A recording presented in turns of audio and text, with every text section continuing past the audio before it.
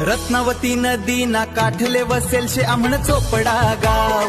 खानदेश निशान शे भार सर्वीकडे गाजस आम्हण नाव. सातपुडाना डोंगर दिसे हिरवागार निसर्ग भारी. कापूस आणि केळीनी शेती कष्ट करस आम्हना शेतकरी. रत्नावती नदी ना काठले वसेल शे आम्हण चोपडा गाव. हरेश्वर महादेवले वंदन करिसन नारळ फोडू. गणेश उत्सव आणि रथयात्रा धूमधडाका मा काढू. रत्नावती नदी ना काठले वसेल शे आम्हण चोपडा गाव. पाहुणचार कराले एकदम खंबीर चोपडा करशे तस लय भारी. महाराष्ट्र मा सर्वात सुंदर शे आम्हना बस स्टँड नाव.